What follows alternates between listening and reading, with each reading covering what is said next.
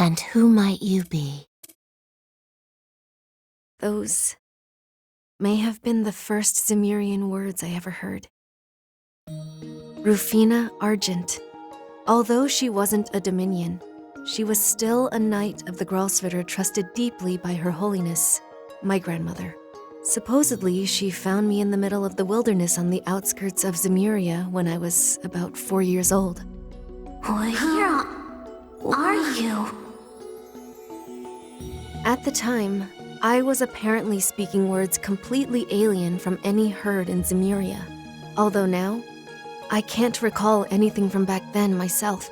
Maybe whatever role, whatever identity I had before was completed and overwritten once my role in this world was defined. Rufina took me home with her to the holy city of Arteria, where I was introduced to the woman I'd come to think of as my grandmother, Pope Orestes. I was just a little girl, only able to speak in tongues. Yet, she seemed to understand everything and took me under her wing. It was written a final saint would appear just before the end times, though only in an apocrypha known as the Hidden Book of Arict. I'm still not completely certain whether I am this person, but it was clear that it was to be a girl who would appear from beyond Zemuria. I spent most of my childhood in the Tranquil Gardens, the holy courtyard of the Papal Palace, located in the rear of the Grand Cathedral. Though I was kept a secret, there were several people who came to visit me. Some, I could tell, did so with ill intent. I spent roughly 10 years there, under the guidance of my grandmother and others. It would seem that even as a young girl, I never had much of a sense of who I was. I learned the Zemurian language quickly, and would respond to others with whatever words and demeanor they most wanted to hear. To some, this was all the proof they needed that I was the saint, seeing such an ability as being perfectly suited to the role. However, grandmother, Rufina, and Rufina's friend all seemed to think otherwise. When I was 8 years old, I suddenly manifested a power that had been lying dormant in me, the Akashic Eye. Silvery irises said to be held by the final saint.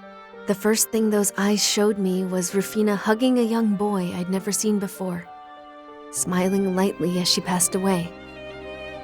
I screamed and lost consciousness. When I awoke, grandmother was there tending to me. She informed me then that Rufina had met her tragic end. It was at that point that I decided I would fulfill the role as saint that had been laid out for me.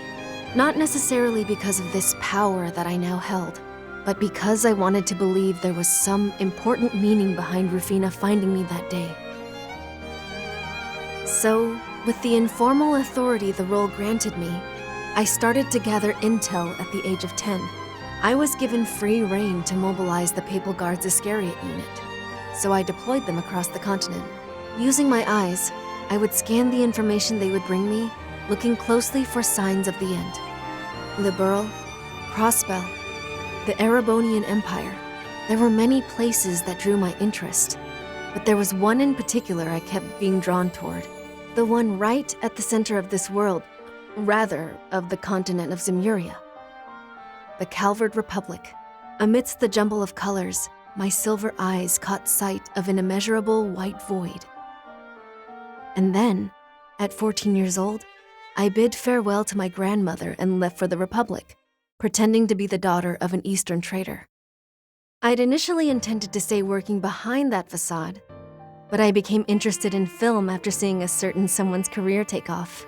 What's more, this new friend of mine took it upon herself to send my information to a talent agency without asking. As a result, well, I decided I'd have to fulfill my role in a very different way than I originally planned. But for some reason, I get the feeling that neither Her Holiness nor Rufina or her friend will mind. It doesn't change the fact that I'm still committed to my mission, but, well, I suppose it's simply all part of the goddess's plan.